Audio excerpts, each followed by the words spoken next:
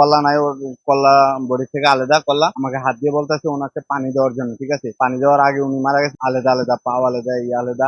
আমি এই মুহূর্তে দাঁড়িয়ে আছি বুড়িচং উপজেলার যে মাধবপুর এলাকায়। সেখানে কিছুক্ষণ আগে মানে বলা যায় যে ভোরবেলায় ট্রেন দুর্ঘটনা ঘটনা ঘটে এবং সেখানে 3 জন নিহত হয়েছে বলে আমরা জানতে পেরেছি। সকাল 10টার দিকে যিনি রেলওয়ে থানার ভারপ্রাপ্ত কর্মকর্তা আছেন তিনি এখানে এসেছেন এবং তিনি বিষয়টি নিশ্চিত করেছেন। এই মুহূর্তে আমি দাঁড়িয়ে আছি মাধবপুর এলাকায় যেখানে দুর্ঘটনাটি ঘটে এবং সেটি ভোর 4টা নাগাদ ঘটেছে বলে আমরা জানতে পেরেছি। এবং কোন ট্রেনে এই দুর্ঘটনা ঘটে এবং যে যারা নিহত হয়েছে তাদের পরিচয় এখন পর্যন্ত আমরা শনাক্ত করতে পারিনি। অর্থাৎ যে পুলিশ বলছে যে তাদের পরিচয় এখন শনাক্ত করতে পারেনি পুলিশ। অর্থাৎ ভোর 4টা থেকে 5টা নাগাদ তখন কিন্তু ঘটনাটি ঘটে। তখন এই এলাকায় প্রত্যক্ষদর্শী যার নাম সরল শাহেদ তিনি ঘটনাস্থলে আসেন হাঁটার জন্য। হেঁটে তিনি এসে তার পরবর্তীতে তিনি দেখতে পান। আমরা একটু কথা বলার চেষ্টা করব সরল শাহেদের সাথে, আসলে উনি কি দেখেছেন।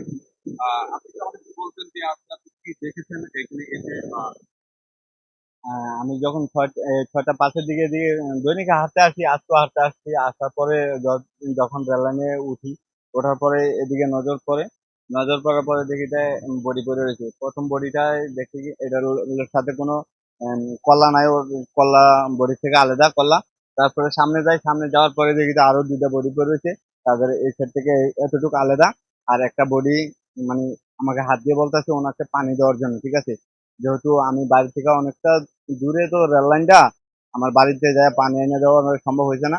পানি দেওয়ার আগে উনি মারা গেছে। এরপরে আরেকটার কাছে যাই, সেম অবস্থা, সেম দুটোটা একই কাহিনী, মানে শুধু দুটোটা পানি খাইতেছিল আর কি। এদের এরকম এরকম আলাদা আলাদা পাও আলাদা, আলাদা। এরপরে এদিকেরটা আছে, এটার থেকে কল্লা আলাদা। আপনি কেমন কি মনে হয় ওদের বয়স কেমন হতে পারে আনুমানিক? এই 3 জনের বয়স আপনার একজনেরও এই 20-22 পার হইতো না, এরকমের ভেতরে আর কি। কেন আসছে এই জায়গার মধ্যে নির্জন এলাকায় এবং ভোরবেলা, কি মনে হয়? এখন কি ওরা ভোরবেলা আসছে না কখন আসছে এটা তো আমি বলতে পারি না, যেহেতু আমি সকালবেলা আইসা দেখছি। অনেকে তো আবার এদিকে হাঁটতেও আসে বা ঘুরতে আসে, মানে কিসের জন্য আসছে এটা তো আমি বলতে পারি না দাদা। ধন্যবাদ আপনাকে। যেমনটা আপনি শুনছিলেন যে সরল সরল যে সাহেব তিনি যিনি বলছেন তিনি সকালবেলা এখানে হাঁটতে এসেছেন এবং হাঁটতে আসার পরে তিনি দেখেছেন 3টি লাশ এখানে, 3টি দেহ পড়ে আছে এবং একটি মৃত অবস্থায় ছিল, বাকি 2টি যে দেহ ছিল তারা জীবিত অবস্থায় ছিল এবং তারা বলছিল যে সরলকে দেখে যে পানি, তারা ইশারার মাধ্যমে পানি চাচ্ছিল।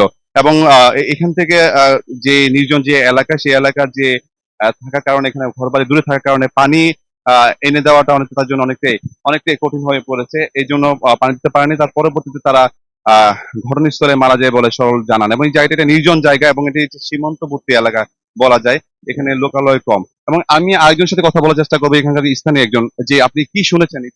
আমি এখানে এসে দেখছি 3টা লাশ, কিন্তু তারপরে অনেকক্ষণ ঘোরাফেরা করে দেখলাম এই আশেপাশে অনেক লোক আসছে, কিন্তু এই জায়গায় এরকম চিহ্নিত হয়নি আশেপাশে।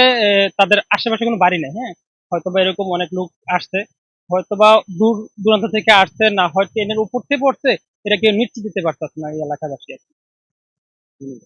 যেমনটা আপনি শুনছিলেন যে আমি আরেকজন স্থানীয় সাথে কথা বলেছি, তারা বলছে যে ঘটনার পর পরে কিন্তু স্থানীয় যারা রয়েছে তারা এখানে সবাই এসেছেন এবং তারা বলছেন যে আহ, যারা মারা গিয়েছেন, যারা নিহত হয়েছেন তাদের কাউকে তারা চিনেন না, অর্থাৎ পরিচয় শনাক্ত করতে পারেনি। অর্থাৎ তারা স্থানীয়দের মধ্যে আহ, না বলে তারা জানিয়েছে, বা এই এলাকার বাসিন্দা এমনটা তারা বলছেন না। এবং তারা দূর থেকে এসেছেন সেটাই বলছেন। এবং কেন এই নির্জন জায়গায় তারা এসেছেন বা কোথা থেকে এসেছেন সেটা কিন্তু কেউ এখনো পর্যন্ত আহ আহ, জানতে পারেনি। এবং আমরা কথা বলেছিলাম যে বাংলাদেশ যে রেলওয়ে থানা পুলিশের সাথে, তারা আমাদেরকে জানিয়েছেন যে তারা খবর পেয়ে সকাল 9টা থেকে 10টার মধ্যে ঘটনাস্থলে এসে পৌঁছায় এবং তার পরবর্তীতে লাশগুলো নিয়ে তারা রেলওয়ে থানায় নিয়ে যায়। সেখানে তাদের পরিচয় শনাক্তের চেষ্টা চলছে এবং কোন ট্রেনের কাটায় পড়ে তারা মারা গিয়েছে সেই ট্রেনটিকে তারা শনাক্ত করার জন্য চেষ্টা করছে।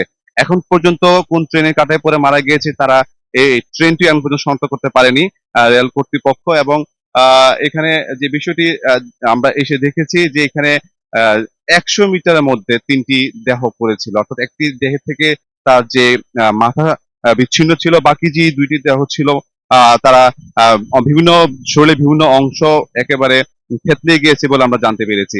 অর্থাৎ 3টি রাত 4টা থেকে 5টা নাগাদ এমন সময় এই দুর্ঘটনাটি ঘটে এবং সেই সময়ে এই জায়গাটি শূন্য ছিল, মানে জনশূন্য ছিল, অর্থাৎ পরবর্তী 6টার পরে লোকজন আসা শুরু করে এবং যখন দেখে যে তিনটে মরদেহ এখানে পড়ে রয়েছে, তখন তারা পুলিশকে খবর দেয়।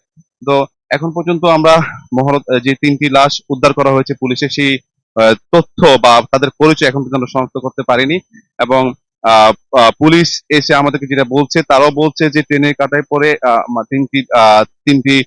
তিনজন মারা গিয়েছে এবং তাদের তিনজনের লাশ ইতিমধ্যে আহ রেলওয়ে থানায় নিয়ে যাওয়া হয়েছে বলে আমরা জানতে পেরেছি। তো এই ছিল আমার কাছে সর্বশেষ কুমিল্লা বুড়িচং উপজেলা মাধবপুর যে ট্রেন দুর্ঘটনার স্থান থেকে।